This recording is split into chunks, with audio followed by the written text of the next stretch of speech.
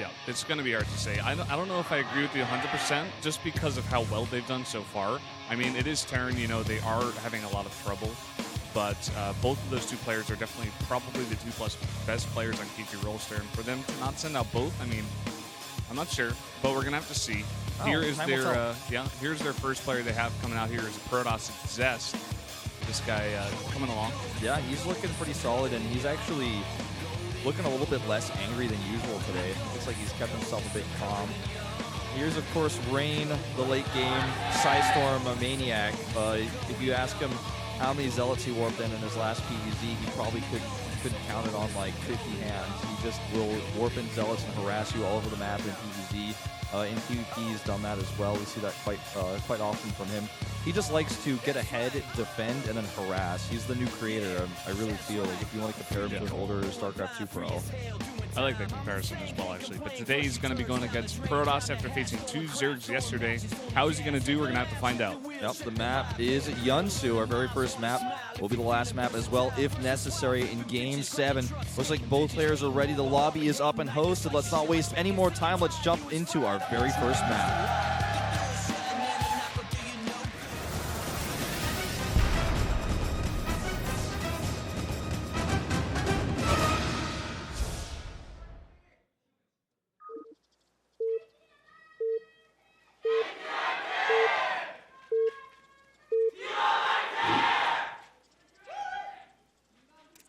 LTA는 SK텔레콤.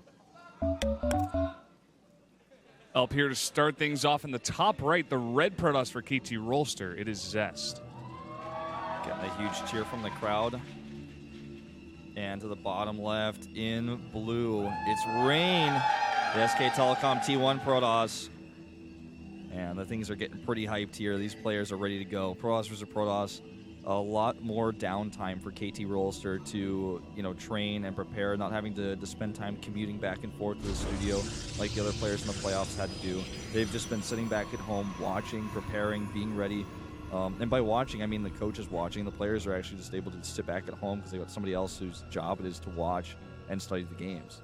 Yeah, it's so awesome to be in that position for KT Rolster. I was talking about how SK Telecom did get a lot of practice and, experience and showtime, but meanwhile, KT Rolster, like you said, just back at home practicing a ton. And I have to mention, there are so many people here. We have the pizza again that's going to come out later. We have the KT Rolster fans as well. And by the fans, I mean like the papers that you roll up and make into fans so you can roll them around. Because we've had the SK Telecom ones for a while here, but we have the KT ones today as well. And there are so many fans here. They're so hyped. They're so excited for these two games, as you guys could tell by those cheers. Exactly. You guys can't even imagine the energy in this room right now. Now, what we have for Zest is a very fast gateway. He went for a 10 gate, and he's also saving chrono energy, so he's not chrono boosting his probe. This means he's most likely to be doing a very aggressive attack, where he chrono boosts out either his Mothership Core and his Zealot Stalker, or he goes for fast warp gate research and just wants to do maybe a 3-gate pressure type move. Only time will tell, but he's definitely looking to be very aggressive here. There's no other reason to get a 10 gate. So. Yeah, if he wants to throw down that 10 gate, he's going to go very aggressive. We see a Zealot already being made here. He has thrown down that Cybernetics core right after the gate finished as well. Still no second gas. Yeah. It's looking pretty aggressive, I have to say. Yeah, definitely so. He does, keep the Zealot. He's not canceling it, at least not yet. Doesn't look like he's going to. And he's going to be able to come up and get some information with that and just poke a little bit. Really curious to see how much he commits to chrono boosting warp gate research. He's already done it once, as you can see here, and still no second gas. And the probe that's coming across the map for Rain is going to identify this. He's going to see the Cybernetics core's timing, for example, because his isn't even done yet. So he's going to know, okay, you've had that for a while. He's also going to see no second gas and he's going to look at the chrono energy, and he's going to be able to tell very confidently this is what's happening, especially because he sees the 3 gateways. Yeah, Zest very confident here, throws down 2 gateways right in front of that probe. He is not hiding this at all. To counter this, so far, Rain is chronoing out that sentry. Wants to make sure he has the force field for the ramp. Yeah. He definitely knows exactly what's coming here. He saw the chrono and everything you mentioned, and we're gonna have to see how he prepares for this attack. Basically, what Rain is going to do here is he knows that the most important things for him to get out earlier is energy units, so he can build that energy. So he chrono boosts his sentry out first, starts to build that energy, then chrono boosts, of course, the Mothership Core. And so both these defensive units are going to start building energy very quickly. it's all about the micro here. He needs to make sure that no units get up that ramp. And that's exactly what he does here. He needs to make sure his mothership core is also safe. And second sentry arrives now as well.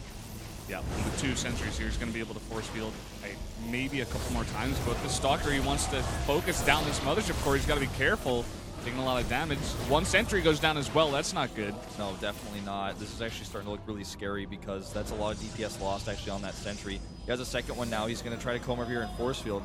And the Stalker's actually warped down the low ground. Where's the force field? There it is, beautifully done. At the last second, the Stalker's trying to push its way through. Not quite going to happen. The mothership core, I believe, now has enough energy for the overcharge, and Rain does have triple gateway production, so he just needs a little bit more time, and the overcharge may buy him just that. He needs more time. That's really the name of it. He's chronoing out that warp gate research as fast as possible. There's a photon overcharge. He has 4 Stalkers in the base right now, and he's going to be getting out a bunch more right now. He has 3 Zealots. That's what he chooses to get just now. He's going to get a Pylon.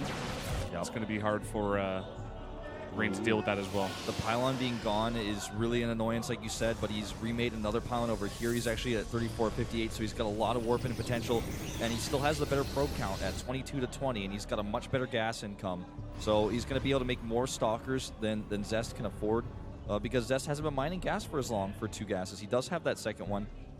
Actually, no, he doesn't even start it back at home, so he doesn't even have that gas up right now, so that's going to be a big problem for him. He's going to have mostly Zealots, and then eventually Rain is going to kite him.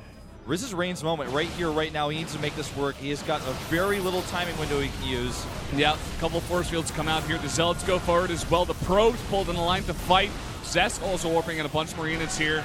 Looks like Zest is the higher Stalker count. Looks like it, man. 8 to 5 now. He's targeting them down. Zealots coming off here. Probes coming out to try to help out. He doesn't have the mothership for overcharge anymore. The probes are fighting here. He's trying to warp in additional defensive Stalkers. He's trying to hold desperately. I just don't know if it's going to be enough, Brendan. It doesn't look that way with more warp-ins from Zest. Now he has the big advantage here. The probe's doing a decent amount of damage, fighting a lot here, but a lot of mining time is lost as well. Yeah, this is looking like it is going to be the end. Way too many probes lost here. They're not mining. He doesn't have any more warp-ins. Zest, confident, comes in strong, and he's just going to take game 1 with a very simple 3-gateway attack. He broadcasted the strategy to his opponent. Did not care. Look at him dance his Stalkers. Oh, he's got to be so excited right now. Taking out Rain in this game. There's the GG. Rain. This is why sending Rain out first would not be my pick. He's a predictable player, very predictable play style, very safe the way he plays. He'll play a sentry type expand. This can punish that, and he knows exactly what he's up against. He's had the time to prepare because he hasn't been playing in playoffs. He's had time to talk to his coaches and look at how Rain's been playing and get that sort of information. And he creates a build that does really, really well. Not even if it's scouted, he doesn't even care about that. Yep.